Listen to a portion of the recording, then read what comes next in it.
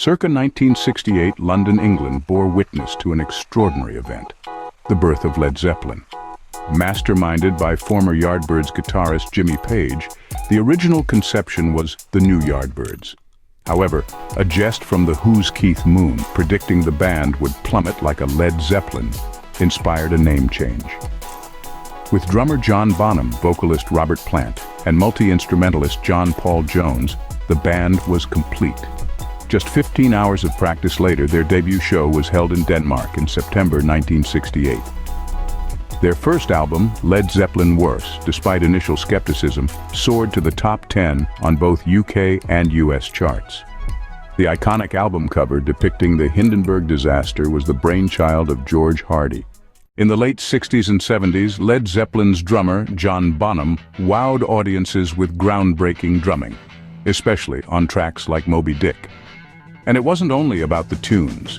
The infamous Mud Shark incident at the Edgewater Hotel in Seattle in 1969 has since become a notorious anecdote in rock mythology.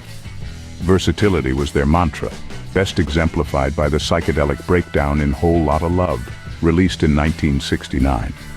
They briefly performed as the Knobs due to a feud with a specific aristocrat's family.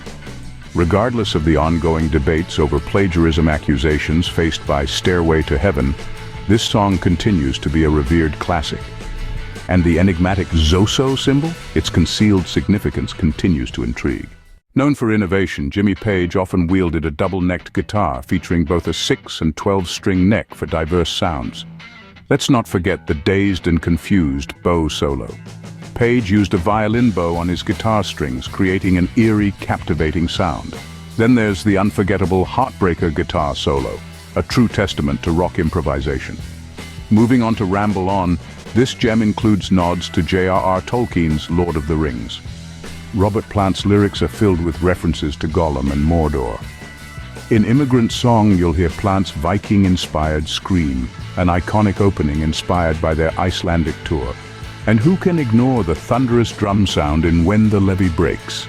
Recorded in a stairwell for that distinctive echo. A swan in flight, the symbol of Led Zeppelin, adorns later albums, encapsulating the band's essence.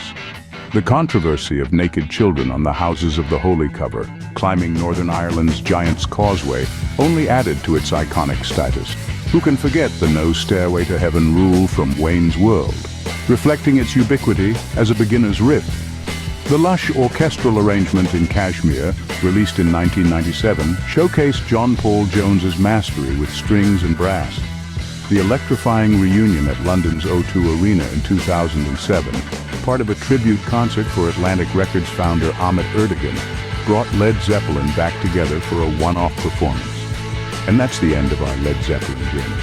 Want more? Subscribe to What We Know for more fascinating insights,